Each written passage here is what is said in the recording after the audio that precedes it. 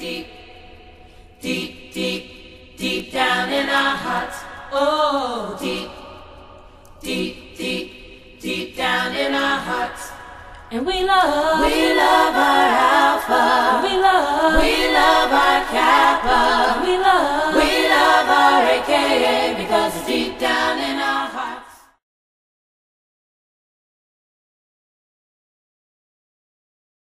Now, it took me some time to do this next video because I had to actually dig in the crates, and I have lots of items, like most of my wearable paraphernalia and other trinkets I have thrown away for the most part, or sold, or have disposed of properly, whatever. But there are certain documents and pieces of papers and things that I still have. Like, I still have my membership certificate, and I still have other pieces of paper from my rushing period and my MIP. I don't know why I held on to that stuff. Maybe because I needed that stuff for documentation purposes. But I found a lot of things that I would want to share with you today. Went and dug back even into my emails from, I think, about a couple of years ago, and things like that, to just kind of show you where my mind was during that time, because I knew that God was pulling me away from Alpha Kappa Alpha for a while.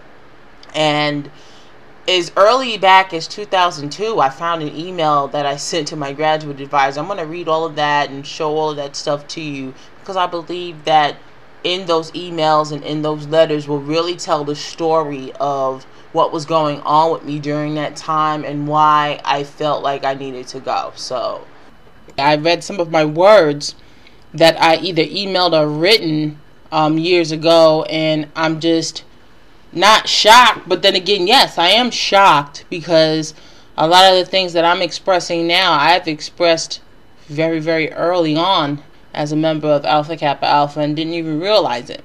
So if you will give me the liberty, I am going to read an email that I sent to my graduate advisor, and this email is dated October 17th, 2002. Please note that I was initiated into Alpha Kappa Alpha in March of 2002, and I didn't complete my underground pledge process until about June that year.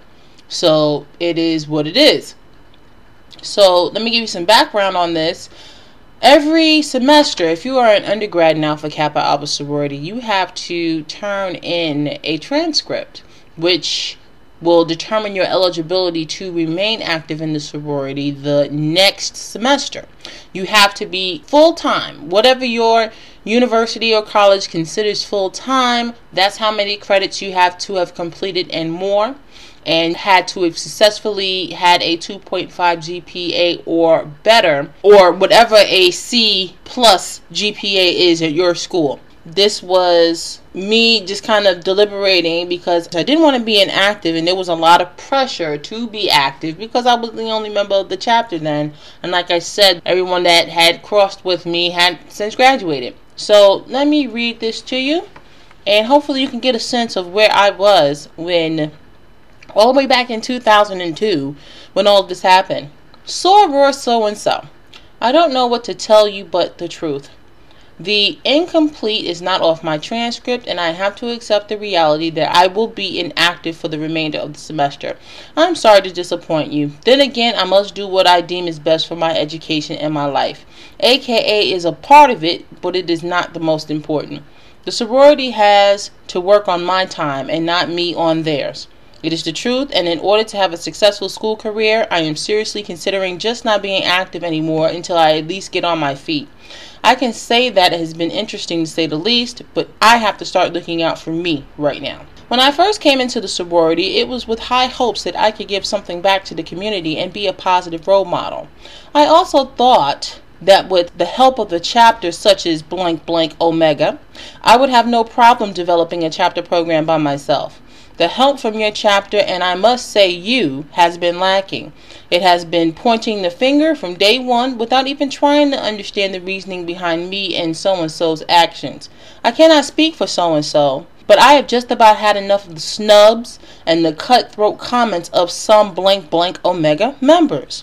Most importantly, I really don't like the way you straddle the fence on every issue we bring up.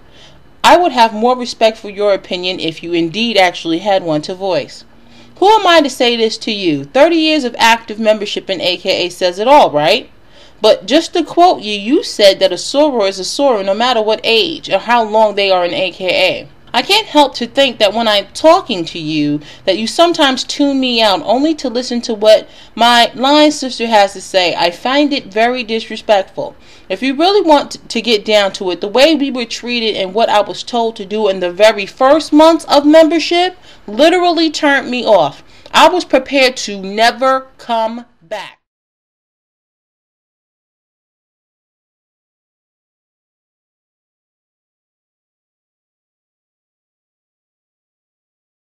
Understand why I'm even here today talking to you, because the very same sorors that blank blank Omega chapter said it was detrimental to talk to talked me back into remaining active. They showed me that AKA was more than I was seeing, and for that I'm ever grateful. These are the same sorors your chapter talks about like dogs, and you wonder why they won't join your chapter. Go figure. This is not a pity letter, and I don't need it, believe me. I feel these things needed to be said, and I'm tired of biting my tongue with women who obviously don't respect me. I have better things in the world that needs the Lord to do than to deal with this foolishness. A transcript with an INC on it and 8 credits will be hand-delivered to you Friday evening at 6:30. I will also disable the website and anything else you need me to do. I will be home tonight, so you can call me at blah blah blah blah. Sincerely, Simone56. I wrote this in 2002, and it just makes me know that even in 2002 that God was trying to show me the fruit of these women and was trying to tell me that this wasn't right for me right at the jump. But because I had this idol so deeply in my heart, and I had this idol so ingrained in me, that I was willing to listen to other members of the chapter and listen to other members of the sorority, which, by the way, my graduate chapter talked about like dogs and just pretty much disrespected anytime they had a chance. I talked to these women, and these women convinced me that, oh, it's not always like this, it's just them, it's not AKA. Well, I know the truth now. I know the truth now that it is AKA. Once you get out of college, you don't have to have anything to do with them, and this, that, and the third. This is what I was told. And because of this, I thought, you know what, maybe my membership in this sorority is more than just what's going on right now at the undergraduate level. Now, I've told you about the inconsistencies and the problems I had while I was online dealing with some of my chapter sorors, but this didn't just happen on the unofficial pledge process level. This happened officially with many members of the graduate chapter. I want to let you know this because many people have gone through the same experiences with these women. So I'm not going to say this is isolated. No, this has only happened to me. The fact of the matter is that I was the only member of the chapter then, and a lot of things were going on. And as you can hear in this letter that I wrote on October the 17th, 2002, there's obviously a problem, that there was obviously something going on that wasn't cool. I found really easily that the sorority was not going to be for me, even though for many years I struggled with the same thing.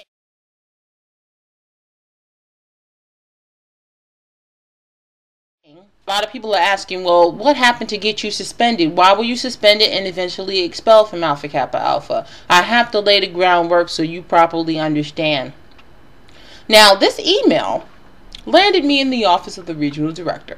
And the regional director at the time of the sorority for the region that I'm in was also a member of the graduate chapter that sponsored mine. And I was given a warning. I was basically told that if I wrote another email like this to anyone again, that I was going to be suspended, or there was going to be disciplinary action according to her.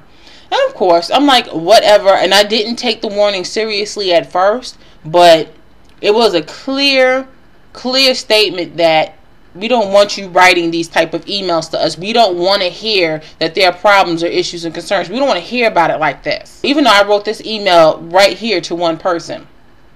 Now, it was a practice of mine and of the chapter that they would have me on their email mailing list, and I would often get email communications from their chapter president and all that stuff. I would get stuff from them all the time. Events, I was constantly invited to events and to participate in things, which I did, and a couple of other things. So with all this happening was a understood method of communication that I was supposed to have with these women, that I could email them and really just tell them about an event going on at my school, whatever the case might have been.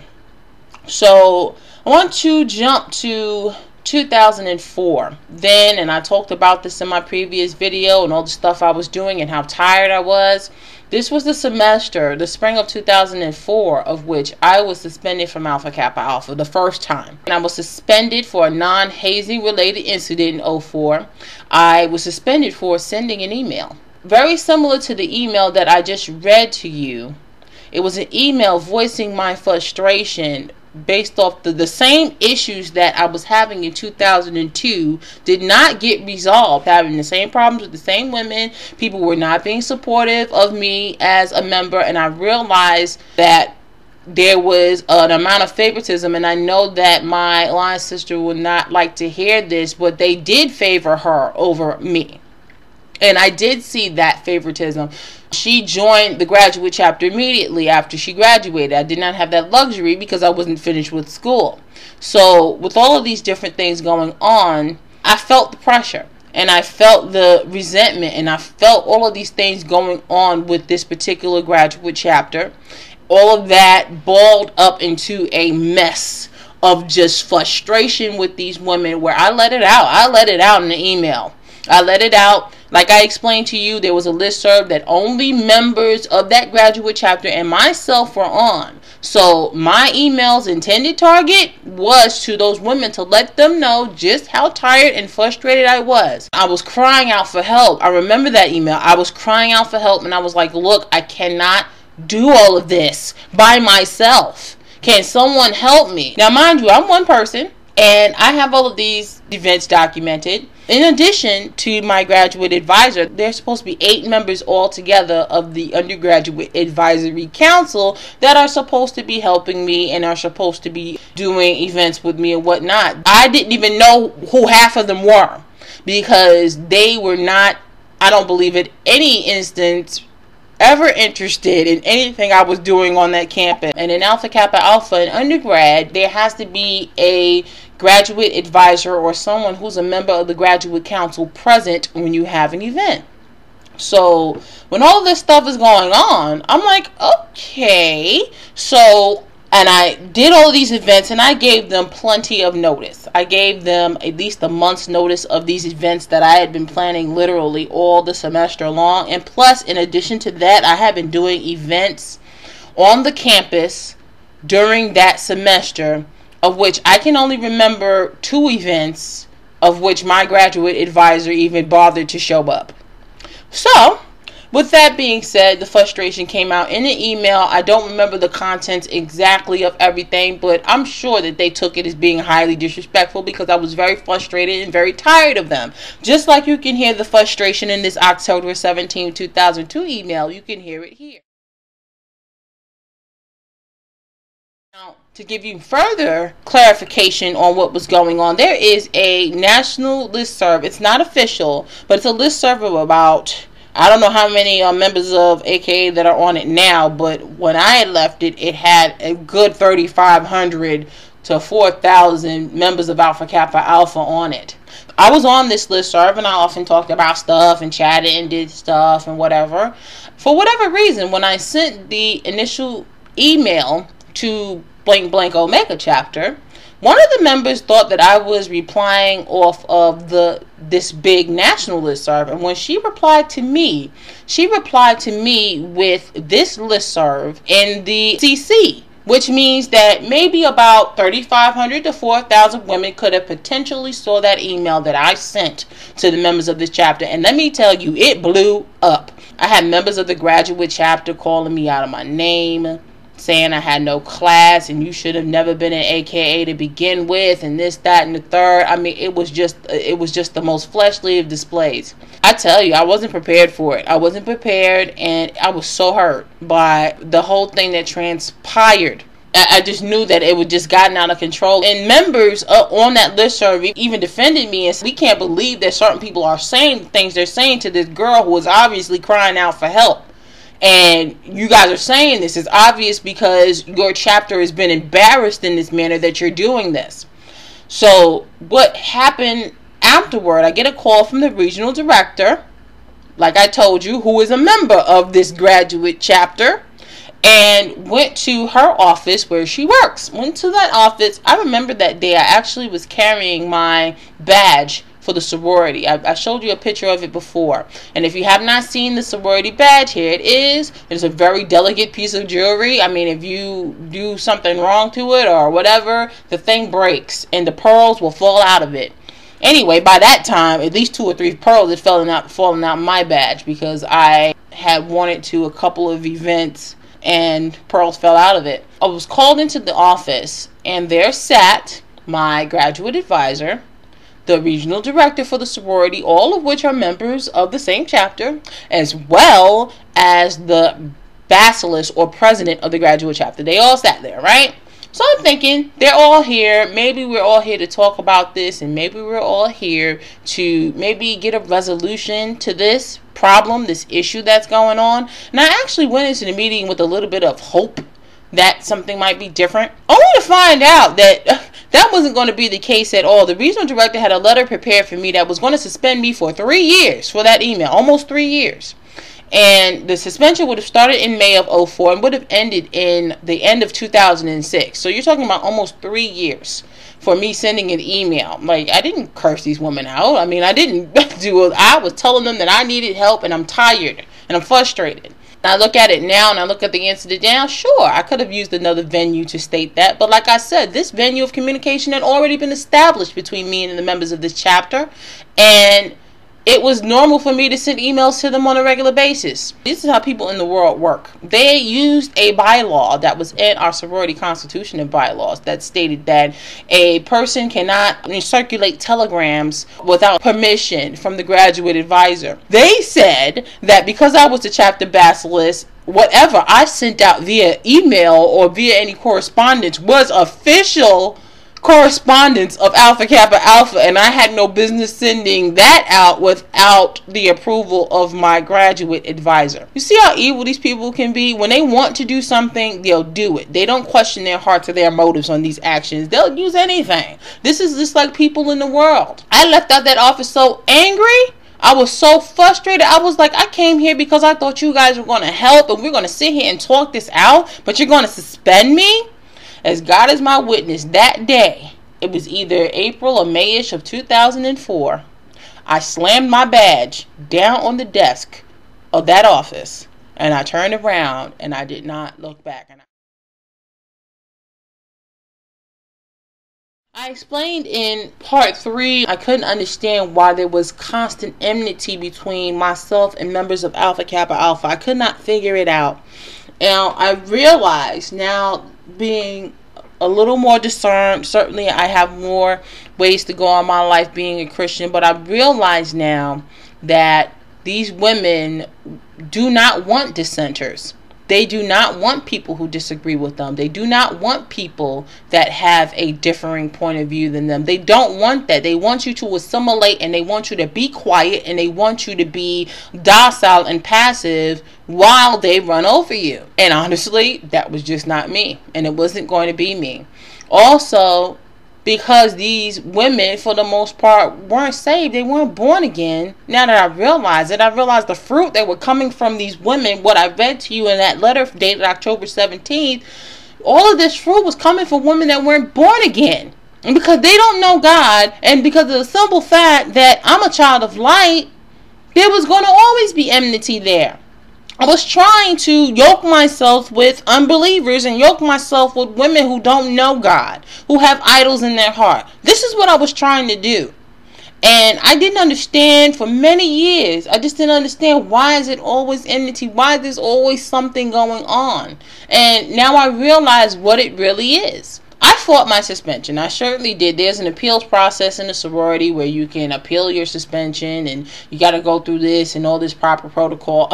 Not me. I mean, I did things officially, but I got other folks involved in it too. I remember this campaign where I pretty much sent a letter to the living former Supreme Basileus of the sorority. I sent letters to the entire Directorate at the time of the sorority. I sent letters to anyone that might want to hear my case. Finally, I got a letter in December of, I think, 2004, after all that had gone on, from the Supreme Basileus of the sorority, then Linda Marie White, who is now deceased. I mean, I think it was probably the most diplomatic letter that I'd ever gotten concerning an issue like this. She said, while you have your right to express your opinion, at the same time, it was in the wrong venue and this, that, and the third. Your regional director's decision to suspend you was correct. However, I am reducing the sentence and hope that you have learned something from this. One more thing about suspensions, and not just my sorority, but in other sororities, and trust me, I've heard the stories, I've been in round tables, I've talked to Greeks, I know it's the case for many sororities and fraternities. I can only really generally speak for Alpha Kappa Alpha, but I know that it's happening in the other organizations in the NPHC. The fact of the matter is, many of these suspensions and expulsions are used for political advancement and agenda in these sororities and fraternities.